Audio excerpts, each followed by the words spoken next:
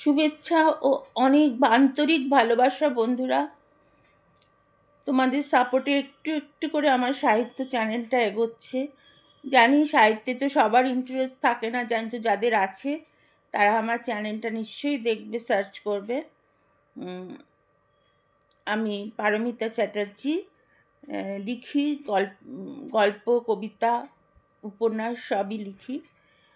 এবং নিজের ইচ্ছে হলো হঠাৎ একটা নিজের চ্যানেল খুলে নিজেই পাঠ করার। আমার গল্প অনেকে ইউটিউবে পাঠ করেছেন, আমি শুনেছি। তো আমি বর্তমানে খুব অসুস্থ থাকায় কিছু কাজ আমার করার নেই, তাই নিজেকে ব্যস্ত রাখার জন্য কিছুটা নিজের একটা ডিপ্রেশনে চলে যাচ্ছিলাম। সেই ডিপ্রেশনটা থেকে নিজেকেই বাঁচাবার পথ ঠিক করবার জন্য বা বাড়ির লোককে বাঁচাবার পথ ঠিক করার জন্য এই ইউটিউব চ্যানেলটা খুললাম, এখানে যাতে একটু বন্ধুদের সাথে সময় কাটাতে পারি। আমার যে কবিতা বা যে গল্প তোমাদের ভালো লাগবে না বা একঘেয়ে লাগবে সেটা বলো। আমি মূলত মেয়েদের নিয়ে লিখি। মেয়েদের জীবন যে একটা তাদের দাবিয়ে রাখার, যদিও এখন তার হয় না, মেয়েরা অনেক হয়েছে, তবুও হয় না, তবুও হয়। কিন্তু মেয়েরা বেরিয়ে আসার পথ পায়, যেহেতু তাদের পায়ের তলায় মাটি থাকে। কিন্তু আমাদের সময় কী হতো, বিয়ে পাস করার সঙ্গে সঙ্গে বাবা মারা একবারে ডবল বিয়ের ব্যবস্থা করে ফেলতেন।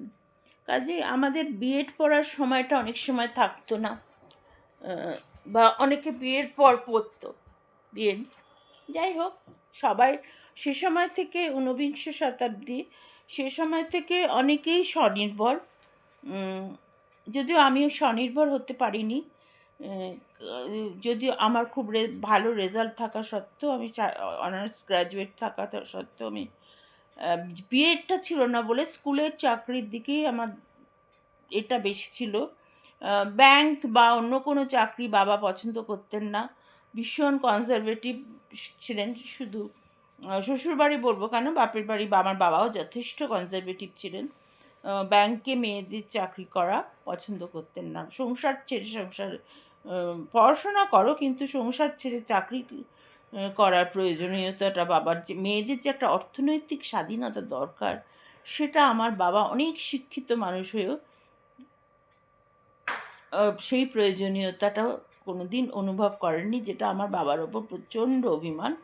এবং বাবা শেষকালে সেটা বুঝতে পেরেছিলেন যখন আমার মেয়েরা দাঁড়িয়ে চাকরি করতে আরম্ভ করলো, খুব ভালোভাবে দাঁড়িয়ে।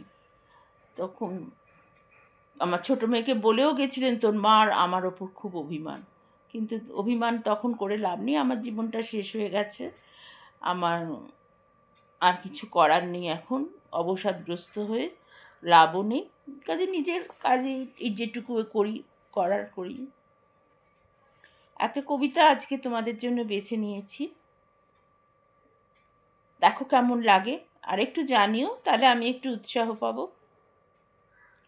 সাগর ডাকছে আমায় বালুকাবেলায় বাড়ি ঘুরে, শুধু খুঁজছি তোমায়, তোমার কি মনে পড়ে জীবনের প্রথম লগনে, চাঁদ ঢাকা জানলায় শুনেছিলাম কত ঢেউ, ভোরের সূর্যের আদরের হাত ধরে, তোমার আমার এলোমেলো সকালবেলা, বলো না মনে পড়ে তোমার, নাম না জানায় অজানা পাখির সাথে উড়েছিল আমাদের স্বপ্নের ডানা। আজও আমি একই আছি, প্রেম খুঁজি জীবনের জানলা ধরে, আজও আমি একই আছি, ঢেউ গুনি হৃদয়ের দরজা দিয়ে, আজও তো একই আছি, বালি খুঁড়ে তোমায় খুঁজি চোরাবালির পথে, আজ শুধু হারিয়ে ফেলি নিজেকে। কেমন লাগলো বন্ধুরা কবিতাটা, একটু কমেন্ট করে জানিও, তাহলে বন্ধুত্বটা গড়ে উঠবে কমেন্টের মাধ্যমে।